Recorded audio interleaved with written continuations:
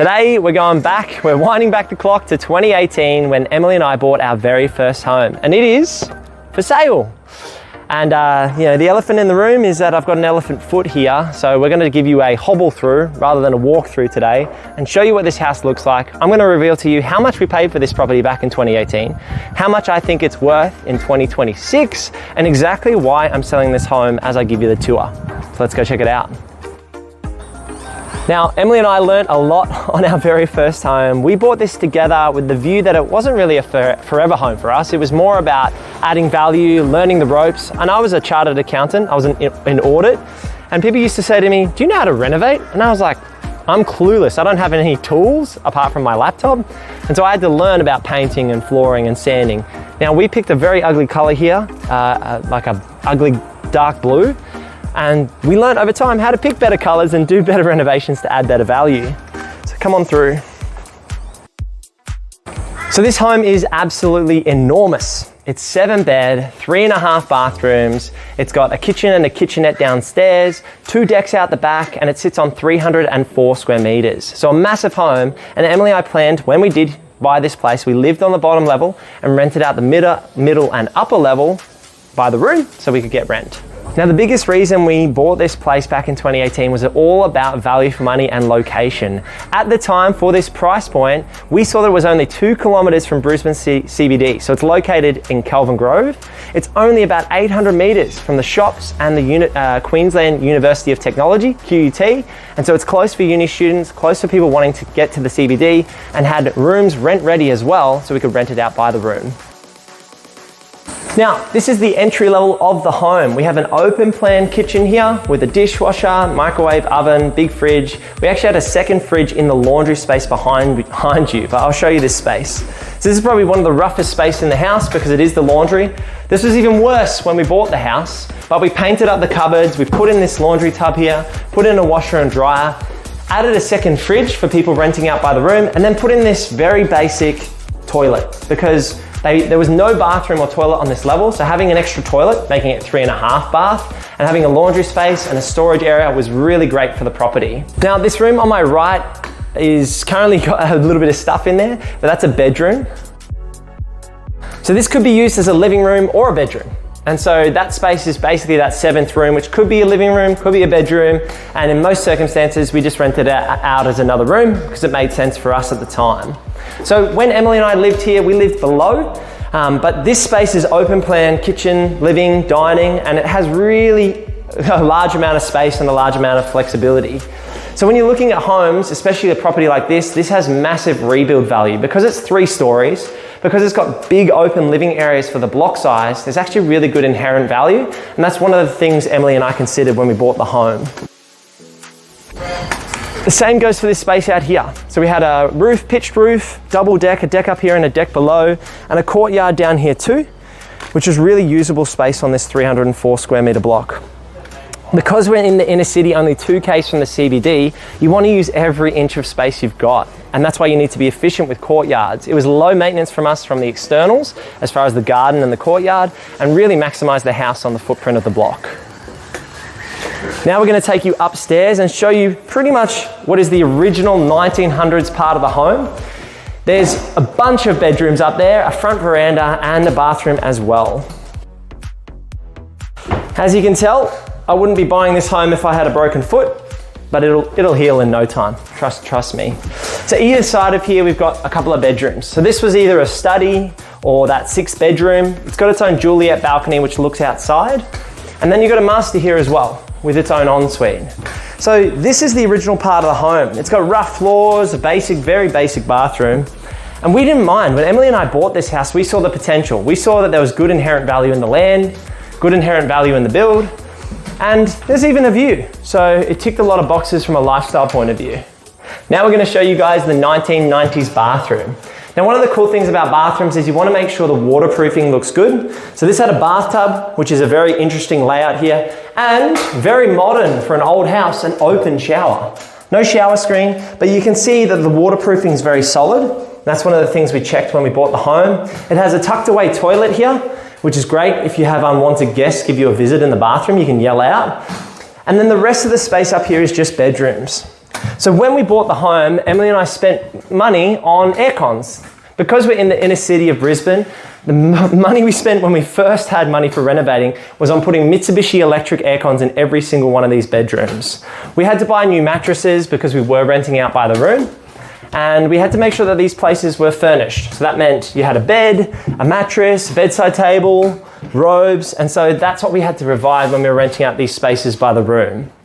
Now there are risks with room rentals. You can have tenancy risks, vacancy risks, insurance risks. And so we were very careful to get good advice, and we were very careful about the number of occupants that we had, and we were very careful about having fire safety and working lights and functioning fans and things like that. It is an old house, but it does have a lot of character. Now this front deck is looking worse for wear, so whoever buys this place will probably want to relay this deck or put some new beams and floorboards down or boards down. But it is a beautiful 1900s home. This original home would have been built in the early 1900s, so somewhere between 1900 and 1910. And then the fill-in of that middle level and bottom level would have been done somewhere in the 1980s to 1990s, which you can see in terms of the bathrooms. And so we spent most of our money on that bottom level, which we're gonna express walk me there now so we can show you the lowest level on this property.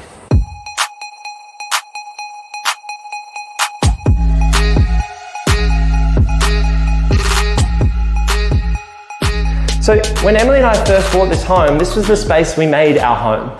People thought that we'd bought an $800,000 house, and that's exactly how much we paid, 800 grand. And it was the most amount of money we could have borrowed at the time. We spent our full budget on our very first home, but we didn't buy luxury, we didn't buy nice, we bought ugly, we bought well in terms of value and location, and it was about where this house was gonna take us. I clearly remember there being rabbit warrens around here, there's not enough space. There wasn't a kitchenette here. This kitchenette only got put in when Emily and I bought the property, and about 6 to 12 months later put the kitchenette in ourselves. Man, it was so much work. I hand sanded these floors. I was such an idiot.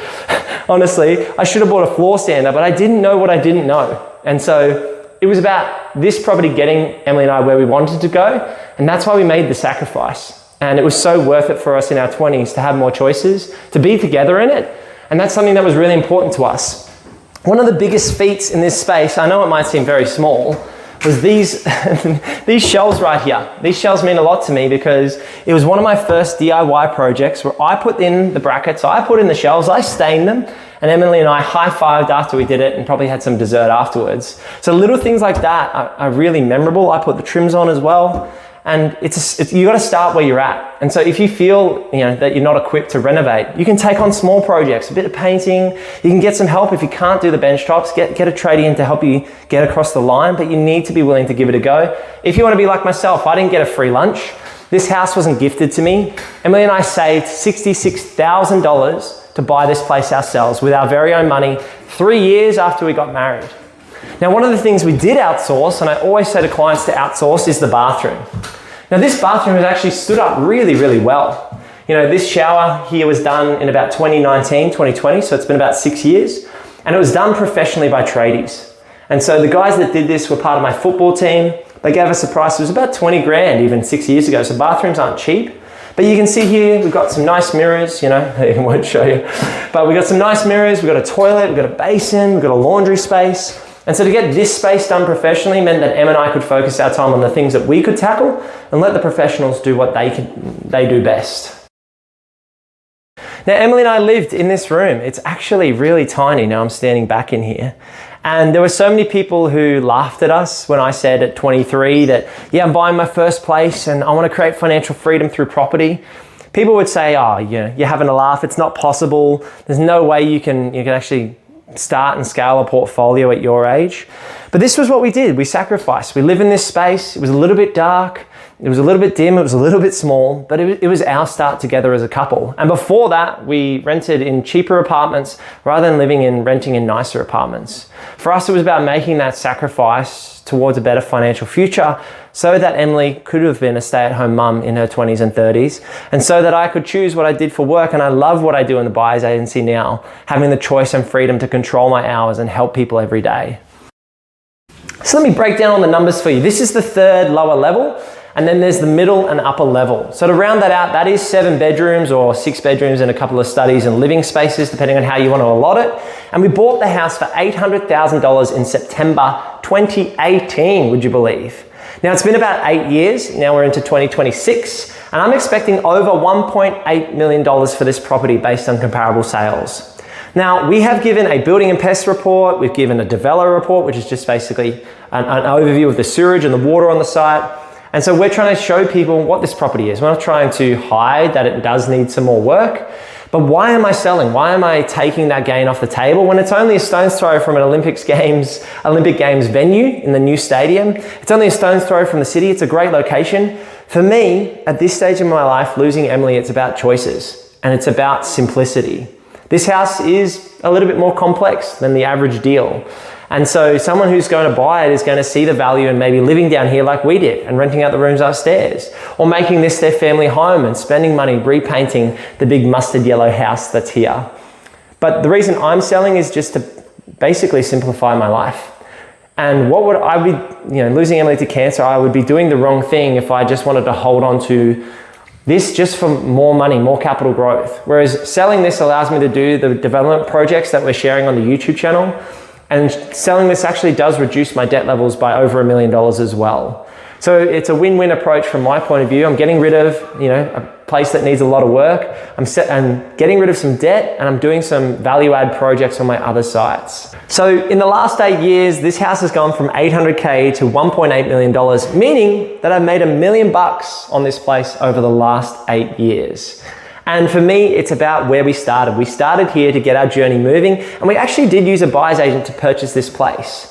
Now, in our business at Purpose Property, myself and the management team, we are about helping the everyday Australian. We're not about helping those who've already got millions and millions of dollars. We want to help the everyday Australian break into the market and start that process. So if you're a first home buyer or a first time investor, we really want to help you get kick-started on your journey. So you can head over to purposeproperty.com.au. If you're interested in buying in Southeast Queensland or in the greater Melbourne region, we are a boots on the ground buyer's agent who specialise in those two regions at this point in time. And we want to get you kick-started on your journey so you can buy a property like this, maybe not as much work as this, but buy your first property that's specifically tailored to your situation so you can get the snowball rolling in your property journey.